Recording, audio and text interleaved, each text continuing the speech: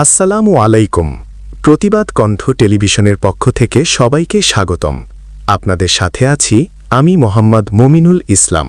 চট্টগ্রাম থেকে মোহাম্মদ মোজাম্মেল হক নিজস্ব প্রতিনিধি জানিয়েছেন, বাঁশখালীর সুপার সার্ভিসের বাস দোকানে ঢুকে তাণ্ডব, অল্পের জন্য প্রাণে বাঁচলেন ঢুকানি।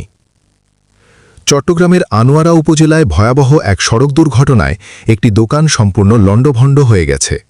তবে সৌভাগ্যক্রমে বড় ধরনের প্রাণহানির ঘটনা ঘটেনি।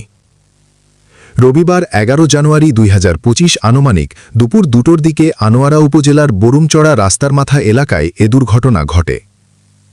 প্রত্যক্ষদর্শীদের বরাতে জানা যায়, বাঁশখালী থেকে ছেড়ে আসা দ্রুতগামী যাত্রীবাহী বাস বাঁশখালী সুপার সার্ভিস বরুমচড়া রাস্তার মাথায় পৌঁছালে হঠাৎ ব্রেক ফেইল করে। এতে চালক বাসটির নিয়ন্ত্রণ হারিয়ে ফেলেন। এক পর্যায়ে বাসটি সজোরে রাস্তার পাশে থাকা একটি ফলের দোকানের ওপর উঠে যায়। এ সময় দোকানের সামনে থাকা একটি সিএনজি অটোরিকশা বাসটির নিচে পড়ে দুমড়ে মুচড়ে যায়। দুর্ঘটনায় দোকানের ভেতর ও বাইরের পণ্য সামগ্রী ব্যাপকভাবে ক্ষতিগ্রস্ত হয়।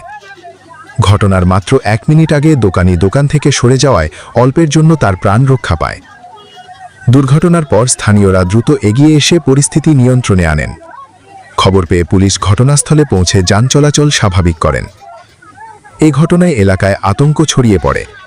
স্থানীয়রা দ্রুতগামী যানবাহন নিয়ন্ত্রণ ও সড়ক নিরাপত্তা জোরদারের দাবি জানিয়েছেন।